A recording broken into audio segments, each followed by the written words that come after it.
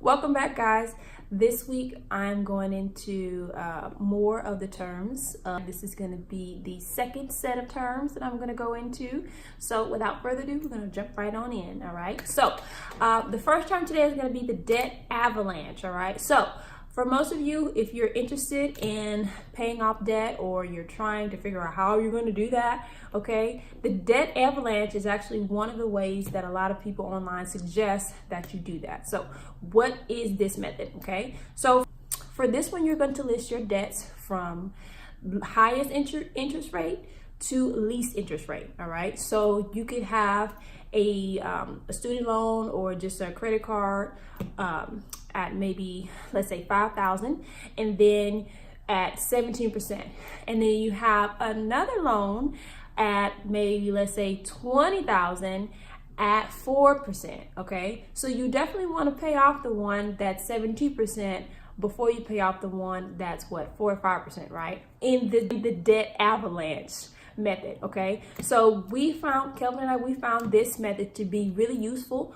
when we were getting towards the end. A lot of our debts started dwindling down, and so at this point we had maybe like a $14,000 one, a $2,000 one, a $5,000 one, and so one of them had like 6%, the other ones were like 3%. So we wanted to pay the 6% one off first because we were paying the most debt in that one. So that is a really good way to pay off debt if you're interested. All right, now the other type of way that you can pay off debt is the debt snowball. Okay, this is the one that Dave Ramsey actually tells people to do. And so same thing here, you're going to list your debts from least amount to greatest amount. Okay, so the first debt, let's say, is going to be 1,000. The second debt is going to be 1,200. The third debt is going to be, let's say, 2,500. So you list those, and then you take all of your money, okay, all the money that you have, you pay the minimum payments on all three of them, but on that $1,000 one, you're going to put as much extra that you can on that first one. All right, then when you completely finish paying that one off, you go into paying the second one, which was the $1,200 one, and then you continue to pay the minimum payment on the third one, and then when you finish that one, all that money that you took going into those first two, you're going to put into that third one. And so that's why it's called a debt snowball.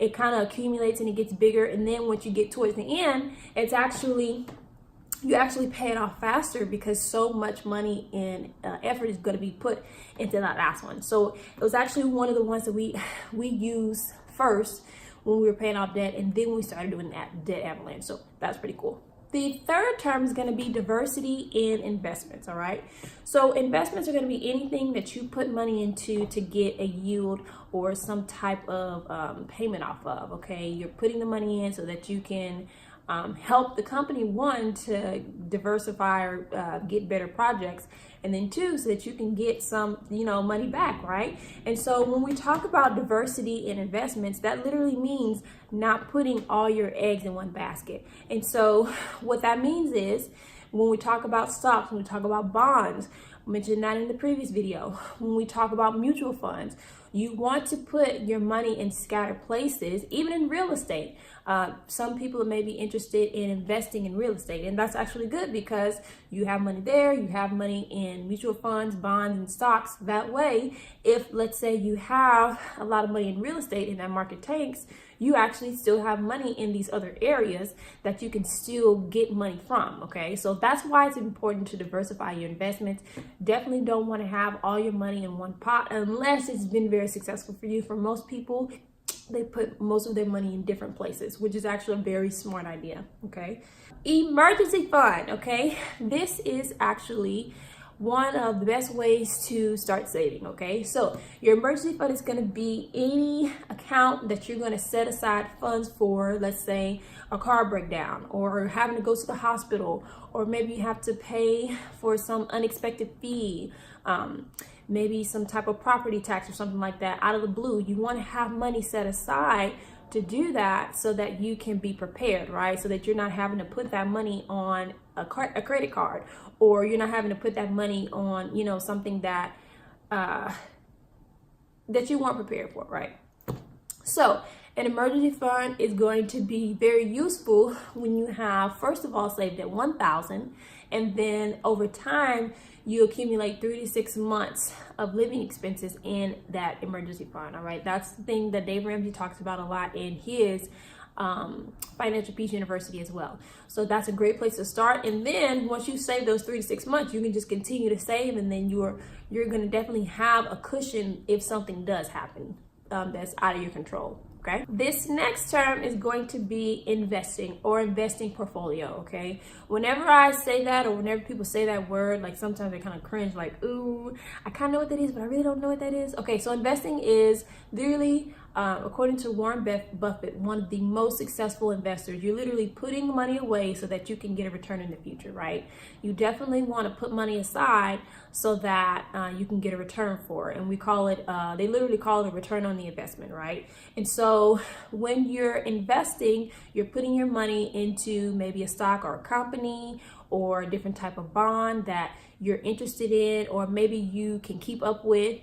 Dave Ramsey talks about keeping up with the markets that you're actually putting your money into, so that you know when the market starts to tank, or if it's not doing as well, if you need to make adjustments. All right, and so an investment portfolio is kind of what we talked about in the previous one. So it's literally having different assets, okay, in your portfolio. And so remember, this is investing in real estate, investing in bonds, investing in stocks, investing in mutual funds. Okay, these are different type of assets that are going to help you to build your portfolio so that it's diversified. Remember, we talked about that in the last one.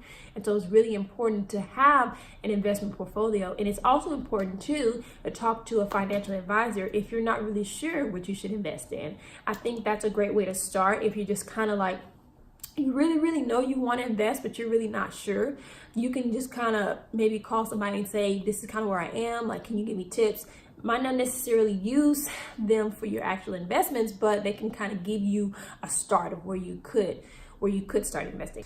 The next term is going to be the IRA, Roth, and traditional IRA. Okay, so when we talk about these letters, okay, IRA, what are they? All right, so they're literally opportunities for you to put your money away, kind of like investment accounts, retirement accounts, but a little different.